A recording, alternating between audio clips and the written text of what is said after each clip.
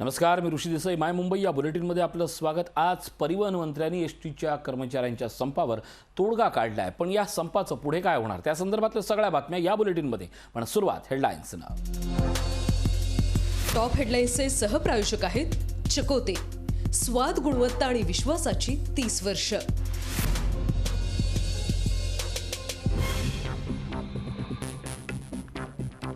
सरकारकडून एसटी कर्मचाऱ्यांना पगारवाढीचा पर्याय. 10 वर्ष पूर्ण झालेल्या कर्मचाऱ्यांना 5,000 रुपयांची वाढ, तर 40,000वरील पगारात 2,500ची वाढ.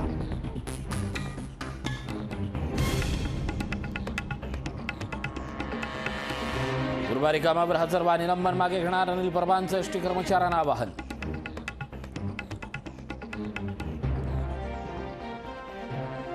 एसटी कर्मचाऱ्यांचा आजचा मुक्काम आझाद मैदानावर. कर्मचाऱ्यांची चर्चा करून उद्या सकाळी निर्णय घेणार सदाभाऊ खोत आणि पडळकरांची माहिती.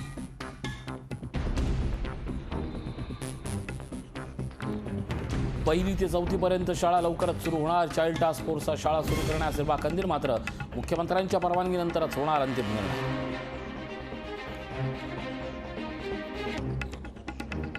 देशमुखांच्या सांगण्यावरून पोलीस खात्यात पुन्हा रुजू होण्यासाठी अर्ज केला. माझ्याकडे विनंती पत्राशिवाय दुसरं कोणतेही पुरावे नाहीत. सचिन वाझेचा संधिवाल आयोगाच्या चौकशीत जबाब.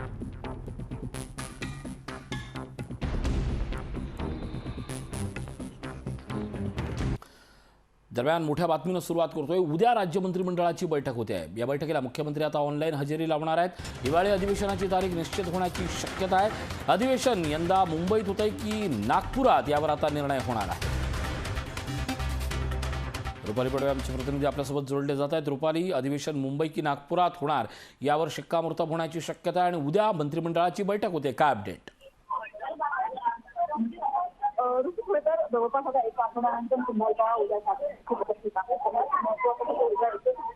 अधिक चर्चित असणार आहे तो मुद्दे हिवाळी अधिवेशन आहे ते खरं आपल्याला लावण्याची परवाना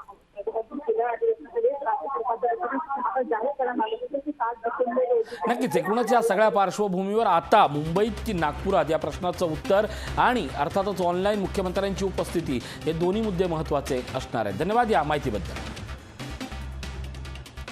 उद्या राज्य मंत्रिमंडळाची बैठक होते. या बैठकीला मुख्यमंत्री ऑनलाईन हजेरी लावणार आहेत. तर त्याच वेळेला मागच्या कित्येक टर्मपासून नागपुरात न झालेलं अधिवेशन यंदा तरी नागपुरात होणार की पुन्हा एकदा मुंबईवरच शिक्कामोर्तब होणार, याकडे सगळ्यांचं लक्ष लागलंय.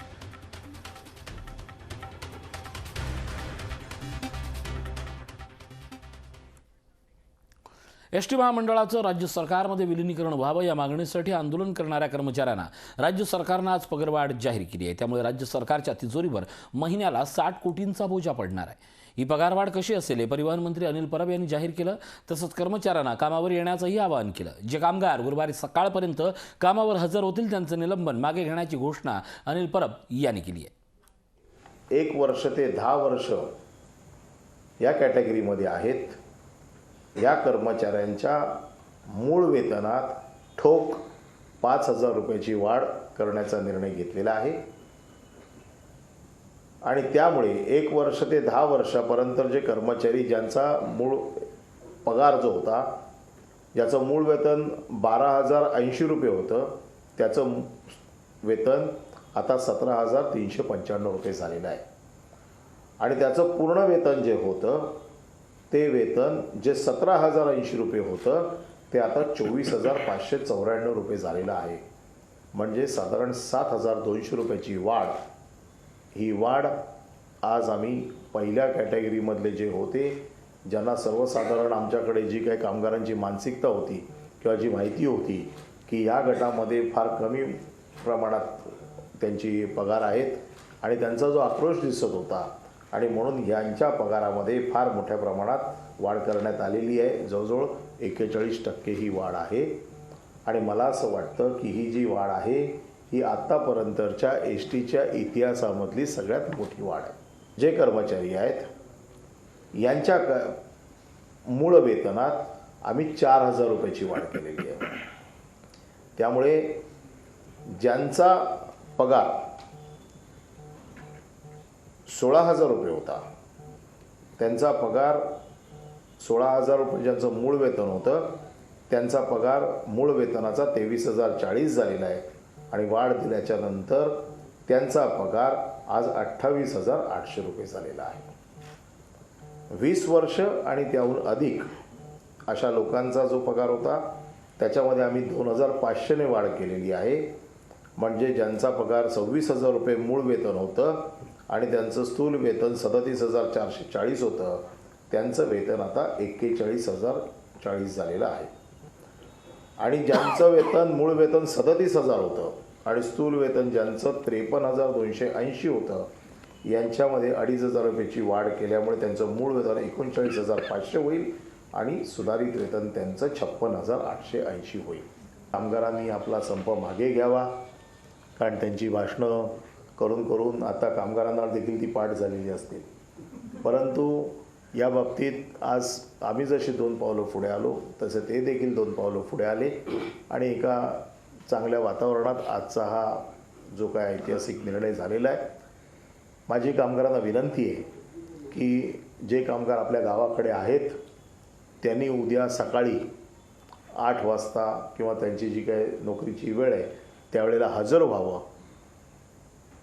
जे कामगार मुंबईत आहेत त्यांना मुंबईहून जायला 1 दिवस लागेल, म्हणून त्यांनी परवा कामावरती हजर व्हावं. आणि जे कामगार निलंबित आहेत, जे हजर झाल्यावरती त्यांचं ताबडतोब निलंबन रद्द केलं जाईल. परंतु जे हजर होणार नाहीत त्यांच्या बाबतीत शासन कडक कारवाई केल्याशिवाय राहणार नाही. या पगारवाढीच्या घोषणेनंतर परिवहन मंत्री अनिल परब आणि मंत्री उदय सामंत यांच्याशी थेट संवाद साधलाय आमच्या प्रतिनिधी रुपाली बडवे यांनी. परिवहन मंत्री अनिल परब आपल्यासोबत आहेत. सर, विचारायचं आहे की आज राज्य सरकारने एक मोठी घोषणा केलेली आहे, मात्र ही घोषणा होत असताना आझाद मैदानावरती जे सगळे कर्मचारी बसलेले आहेत संप करणारे ते अधिक आक्रमक झालेले पाहायला मिळत आहे. मला असं वाटतं की राज्य सरकारने गेले 15 दिवस हा जो संप चालू आहे या संपामध्ये कामगारांची जी मानसिकता होती की आम्हाला चांगलं वेतन मिळालं पाहिजे आणि आमचे पगार वेळेवर व्हायला पाहिजेत. विलिनीकरणाची जी मागणी आहे, आम्ही वारंवार हे सांगतोय की विलिनीकरण हे हायकोर्टाच्या निर्देशाप्रमाणे जी समिती नेमली आहे या समिती जो अहवाल देईल त्यानंतरच ते शक्य आहे. आणि तो जो अहवाल विलिनीकरणाचा जी समिती देईल तो आम्हाला मान्य करण्याची भूमिका आम्ही राज्य शासन म्हणून आम्ही केलेली आहे. आता ह्यामध्ये मानसिकतेमध्ये 2 गोष्टी आम्हाला कळल्या की ज्यांचे पगार जे कमी होते त्यांचं असं मत होतं की आम्हाला पगार चांगले वाढवून मिळाले पाहिजेत आणि आमचे पगार वेळेवर झाले पाहिजेत. तर या दोन्ही गोष्टींची आज जबाबदारी राज्य शासनाने घेतली आणि राज्य शासनाने त्यांचे पगार आज व्यवस्थित केलेले आहेत. इतिहासात अशी पगारवाढ झाली नव्हती जी पगारवाढ आज झालेली आहे आणि पगारवाढ देखील झालेली आहे आणि त्यांचे पगार 10 तारखेच्या पूर्वी होतील अशी हमी देखील राज्य शासनाने घेतलेली आहे. या बाबतीत माननीय मुख्यमंत्री, माननीय उपमुख्यमंत्री पवार साहेब या सगळ्यांशी चर्चा करूनच हा निर्णय झालेला आहे आणि त्यामुळे मला असं वाटतं की ज्या त्यांच्या अपेक्षा होत्या त्या बऱ्या अंशी पूर्ण झालेल्या आहेत. त्यांनी आता संप मागे घ्यावा, विलिनीकरणाचा निकाल जो काही येईल त्याची वाट बघावी आणि त्यानंतर पुन्हा एकदा चर्चेला बसावं. सर, कर्मचाऱ्यांमध्ये अजूनही नाराजीचा सूर पाहायला मिळतो. जर कर्मचारी उद्या जर कामावर गेले नाहीत तर राज्य सरकारची पुढची भूमिका काय? तर राज्य शासनाची भूमिका एसटी चालू करण्याच्या दृष्टिकोनातून असेल. मला असं वाटतं की एसटी कर्मचाऱ्यांच्या बाबतीमध्ये मी जे आवाहन केलंय त्याला ते प्रतिसाद देतील. अन्यथा एसटीचं नुकसान राज्य सरकार होऊ देणार नाही. त्या बाबतीत योग्य ती पावलं उचलली जातील. शेवटचा प्रश्न विचारते. आता तुमच्यासोबत मंचावरती पडळकर आणि खोत दोघेही होते. या दोघांनीही याच्यापूर्वीही तुमच्याशी चर्चा केली आहे, मात्र त्या दोघांचं नेतृत्वही आता नागरिक स्वीकारताना पाहायला मिळत नाहीये. नाही, या बाबतीत त्यांनी निर्णय घ्यायचा आहे. त्यांचं नेतृत्व मी नाही केलं, त्यांचं नेतृत्व त्यांनी केलेलं आहे. जे नेतृत्व करत होते बाहेर अशी चर्चा होती की राज्य सरकार कोणाशीच बोलत नाहीये, राज्य सरकार काहीच करत नाहीये, म्हणून राज्य सरकारने स्वतःहून उचललेलं पाऊल आहे. जे लोकांचं नेतृत्व करत होते, जे गेले कित्येक दिवस त्यांच्याबरोबर ठाण मांडून बसले होते, ते लोकप्रतिनिधी आहेत आणि लोकप्रतिनिधींना बोलवणं हे आमचं कर्तव्य आहे. म्हणून आम्ही लोकप्रतिनिधींना बोलवलं आणि काही नवीन लोकही समोर ते जे कोण येतील त्यांना बघू आम्ही. त्याचं काय आम्हाला आमच्याकडनं आम्ही आज घोषणा केलेली आहे. त्यामुळे आता जो काही निर्णय होईल तो कामगारांवरती त्याचं हे आहे. कामगारांनी ठरवायचं काय करायचं ते. तर आपण पाहत आहोत की आता कामगारांनी त्यांचा निर्णय घ्यायचा आहे आणि त्याच्यामुळे जर कामगारांनी संप मागे घेतला नाही तर मात्र आता सरकार जे आहे ते त्यांच्या वतीने जी योग्य कारवाई असेल ती केल्याशिवाय राहणार नाही असं स्वतः आता परिवहन मंत्री अनिल परब हे सांगताना पाहायला मिळत आहेत. व्हिडिओ जर्नलिस्ट रोहनसह मी रुपाली बडवे, लोकशाही न्यूज, मुंबई. उच्च आणि तंत्रशिक्षण मंत्री उदय सामंत आपल्यासोबत आहेत. सर, खरं तर गेल्या 2 दिवसापासून तुमच्यासोबत सुद्धा अनेक एसटी कर्मचाऱ्यांच्या संपासंदर्भात बैठका चालू आहे. मात्र आज जेव्हा राज्य सरकार आपली भूमिका मांडताना पाहायला मिळत आहे, त्याचवेळी दुसऱ्या बाजूला आझाद मैदानावरती कर्मचारी मात्र आक्रमक झालेले आहेत आणि एकूणच ही मागणी किंवा ही जी घोषणा आहे ती आम्हाला मान्य नसल्याचं स्वतः कर्मचाऱ्यांचं म्हणणं आहे. कर्मचारी हे आमच्या सगळ्या कुटुंबातलेच आहेत. महाराष्ट्राची एसटी सांभाळण्यामध्ये त्यांचा फार मोठा सिंहाचा हात आहे, सिंहाचा वाटा आहे. पण त्यांनी देखील समजून घेतलं पाहिजे की कोर्ट मॅटर असल्यामुळं कोर्टानं असं सांगितलेलं की जी समिती आहे त्यांनी अहवाल 90 दिवसामध्ये द्यावा आणि त्याचा अहवाल जर विलनीकरणाचा असेल तर विलनीकरण करायला शासन तयार आहे. स्वतः अनिल परब साहेबांनी सांगितलेली आहे. 90 दिवसाची मुदत ती कर्मचाऱ्यांनी दिली पाहिजे आणि आज कर्मचाऱ्यांना बाकीच्या राज्याप्रमाणे जे मानधन आवश्यक होतं त्या पद्धतीनं आणण्याचा निर्णय अनिल परब साहेबांनी घेतला आहे. मुख्यमंत्री महोदय असतील, उपमुख्यमंत्री महोदय असतील यांच्या मार्गदर्शनाखाली घेतलेला आहे. तर मला असं वाटतं की अतिशय चांगला सुवर्णमध्य काढलेला आहे. सुवर्णमध्यपेक्षा जवळजवळ 42-45% ऐतिहासिक वाढ आज अनिल परब साहेबांनी केलेली आहे आणि तो दिलेला जो प्रस्ताव आहे तो संपकरांना मान्य होईल आणि संप मागे जाईल असं माझं मत आहे. सर, आता आपण जर बघितलं तर जेव्हा ही घोषणा होत होती तेव्हा एका बाजूला आझाद मैदानावरती कर्मचारी आक्रमक होताना पाहायला मिळतात. दुसरा महत्त्वाचा मुद्दा असा आहे की जेव्हा याच्यापूर्वी दोनदा जेव्हा गोपीचंद पडळकर असतील आणि सदाभाऊ खोत असतील दोघांनीही जेव्हा राज्य सरकारबरोबर चर्चा केली होती तेव्हा देखील कर्मचारी त्यांचा ऐकण्याच्या मनस्थितीत नव्हते. त्यावेळीची भूमिका थोडी वेगळी होती कारण त्यावेळी चर्चाच फक्त विलनीकरणावर झालेली होती आणि ती चर्चा होत असताना आजचा जो प्रस्ताव परिवहन विभागानं दिला हा नव्यानं दिलेला प्रस्ताव होता ज्याचं कालपासून सुरुवात झाली आणि तो आज मान्य झालेला आहे. विलनीकरणाच्या बाबतीमध्ये पुन्हा मला सांगायचं आहे की सन्मान्य न्यायालयानं जी समिती नेमलेली आहे या समितीचा निर्णय जो काही योग्य येईल त्याची अंमलबजावणी सरकार करेल असं स्पष्ट अनिल परब साहेबांनी सांगितलेलं आहे. तर मला असं वाटतं की ती 90 दिवसाची मुदत परिवहन विभागाला दिली पाहिजे. आणि दुसरा जो महत्त्वाचा मुद्दा होता की पगार वेळेवर झाले पाहिजे आणि योग्य तो पगार मिळाला पाहिजे ती मागणी अनिल परब साहेबांनी मान्य केलेली आहे.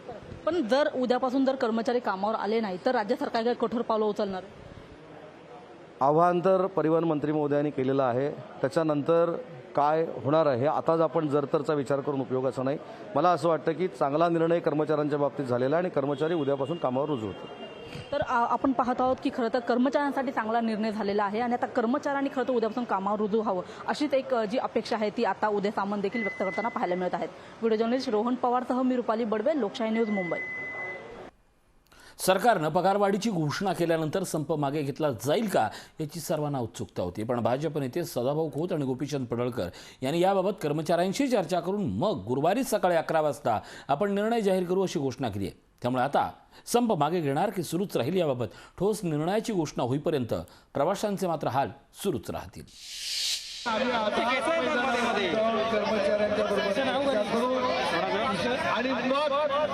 आम्ही आमची भूमिका लोकशाही जाहीर करू. सरकारनं कोणत्याही कामगारांनी असा आपण चर्चा करून निर्णय घ्यायचा आहे. त्यामुळे कुणी वेगळं मत कृपया मांडू नये कारण आम्ही तुमच्या बरोबर आहोत. जो निर्णय घ्यायचा आहे सगळे मिळून विचार करून घेऊया कारण आमच्या दृष्टीनं आणि सकाळी आपण संध्याकाळी आपला निर्णय झाला की सकाळी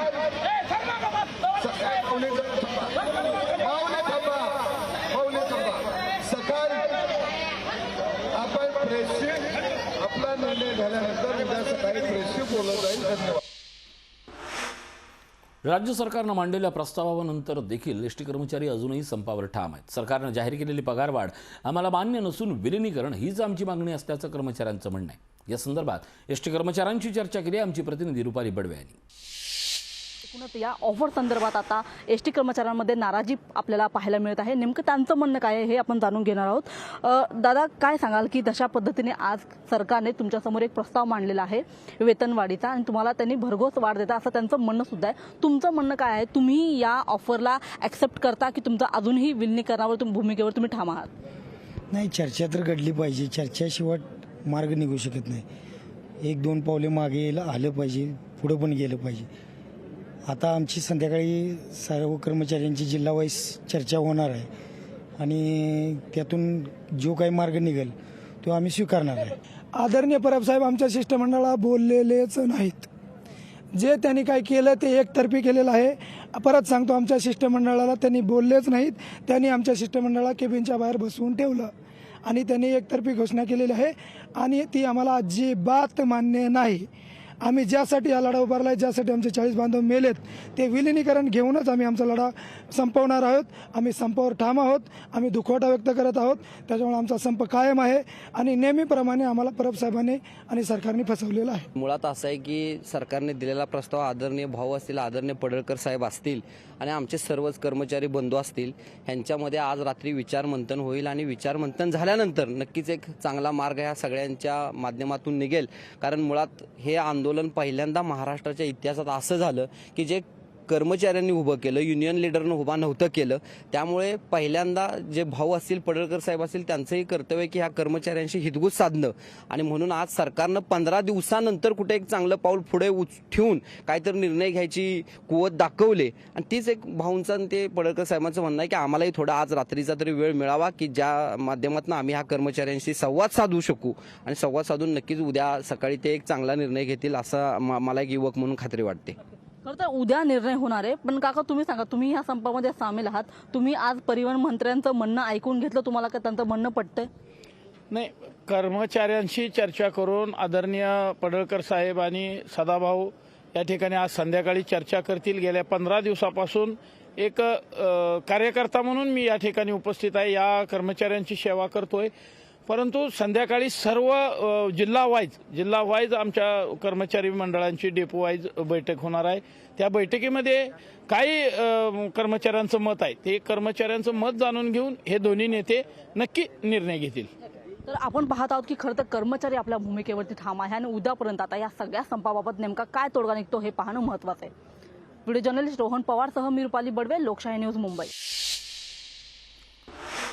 देशमुखांच्या सांगण्यावरून पोलीस खात्यात पुन्हा रुजू होण्यासाठी अर्ज केला आहे. माझ्याकडे विनंतीपत्राशिवाय दुसरे कोणतेही पुरावे नाहीत असं वाझे म्हणाला. देशमुखांच्या सचिव पालांडेच्या वकिलांची वाझेंची उलट तपासणी झाली. वाझेंचा संधिवाल आयोगाच्या चौकशीतला हा जबाब समोर आलाय. सचिन वाझे यांची आज संधिवाल आयोगासमोर उलट तपासणी करण्यात आली. संजीव पालांडे यांचे वकील ॲडव्होकेट शेखर जगताप यांनी सचिन वाझेंना काय प्रश्न विचारले आणि त्यांना वाझेंनी काय उत्तरं दिली पाहूया. अनिल देशमुख यांनी तुम्हाला पुन्हा पोलीस सेवेत रुजू होण्यास सांगितलं होतं.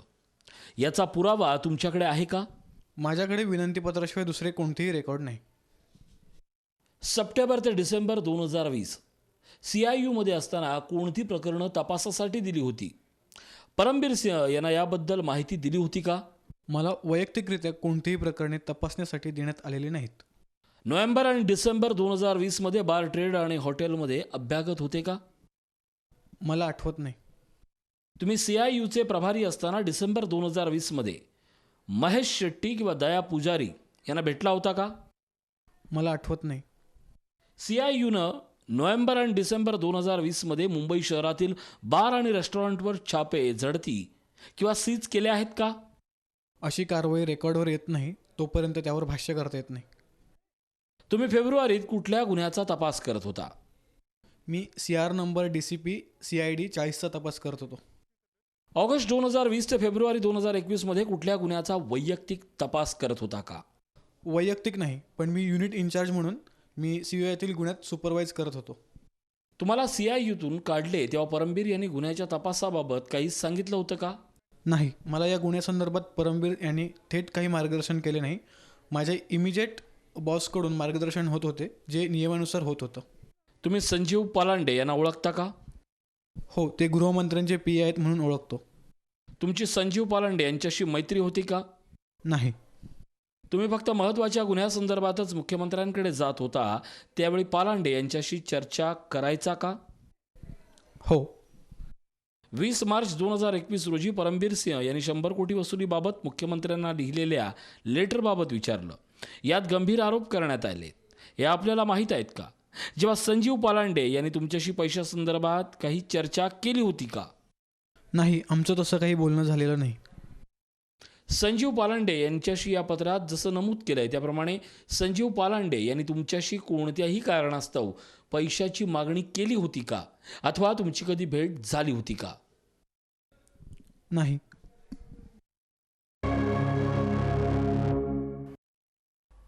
आतापर्यंत भाड्यानं घर, कपडे, दागिने घेण्यात येत असल्याचं तुम्ही ऐकलं असेल, पण आता चक्क ट्रेनही भाड्यानं घेणं शक्य होणार आहे. भारतीय रेल्वेनं मंगळवारी या संदर्भात एक मोठा निर्णय घेतला आहे. त्यानुसार कोणतंही राज्य सरकार किंवा कंपनी ट्रेन भाड्यानं घेऊ शकतं. या सेवेसाठी रेल्वे किमान शुल्क आकारणार आहेत. या योजनेअंतर्गत भारत गौरव ट्रेनचे 3,333 कोच म्हणजेच 180हून अधिक गाड्या आता भाड्यानं देण्यात येणार आहेत.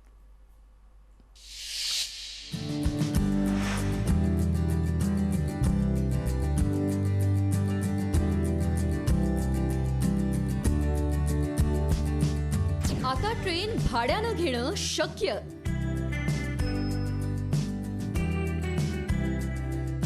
रेल्वे मंत्रालयानं खासगी कंपन्यांकडून मागवले अर्ज.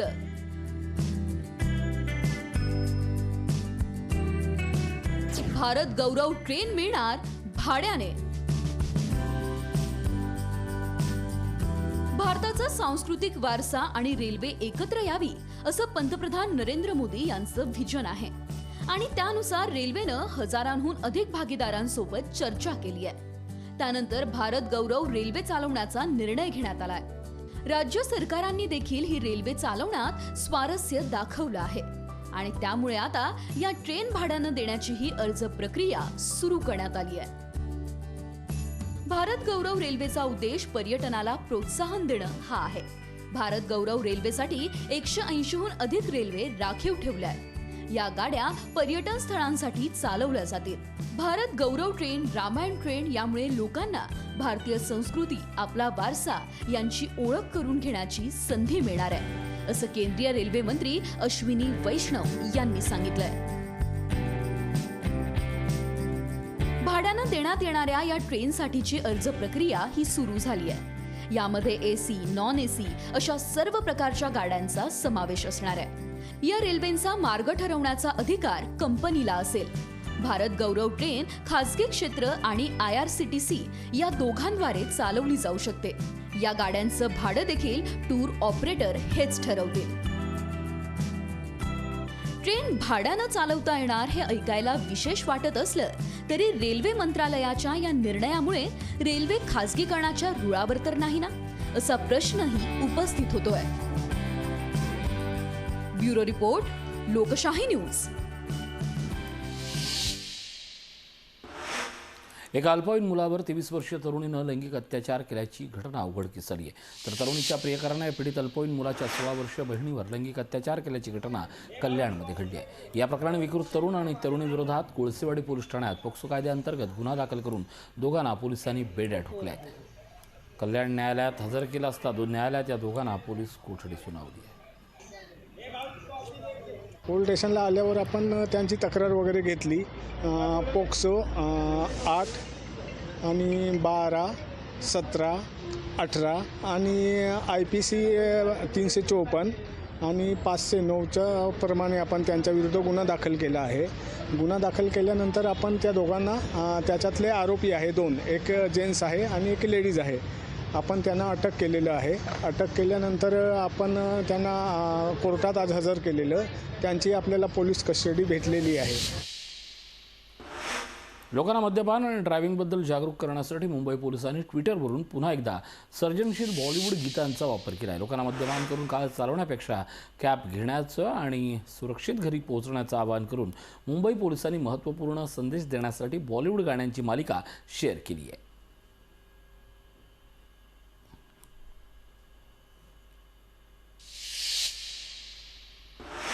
मुंबई विमानतळावर कस्टमनं मोठी कारवाई केली आहे. छत्रपती शिवाजी महाराज आंतरराष्ट्रीय विमानतळावर सीमाशुल्क विभागानं 2 परदेशी महिला नागरिकांना अटक केली असून त्यांच्याकडून 3 किलो 910 ग्रॅम हेरोईनचे ड्रग्ज जप्त करण्यात आले. जप्त केलेल्या ड्रग्जची आंतरराष्ट्रीय बाजारपेठेत 20 कोटी एवढी किंमत आहे.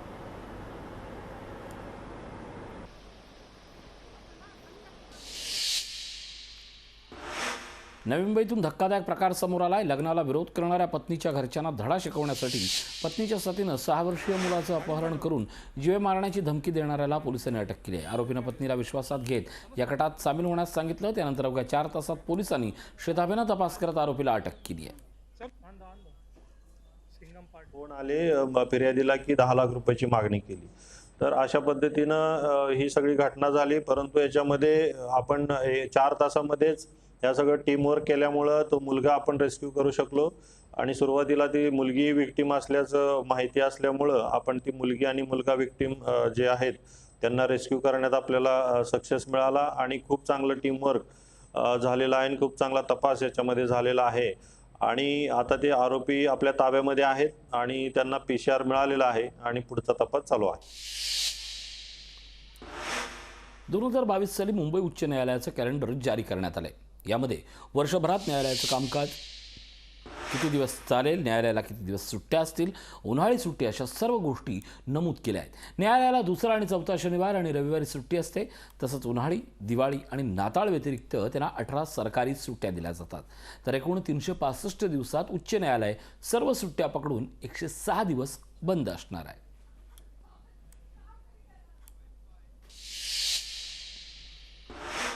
पावसाळ्यात सायन माटुंगा परिसर, धोबीघाट सोबतच गुरु नानक विद्यालयाजवळ पाणी साचण्याची समस्या तोंडवर काढते. अनेक उपाय करून देखील हे पाणी साचतच राहतं. मात्र यावर आता BMCने आणखीन एक तोडगा काढण्याचा निर्णय घेतला आहे. परिसरात साचलेले पाणी BMC मिठी नदीत सोडणार आहे. यासाठी BMC 11 कोटी खर्च करणार आहे. यामुळे परिसरातील साचलेलं पाणी मिठी नदीत जाणार असून स्थानिक रहिवाशांना याचा फायदा होणार आहे.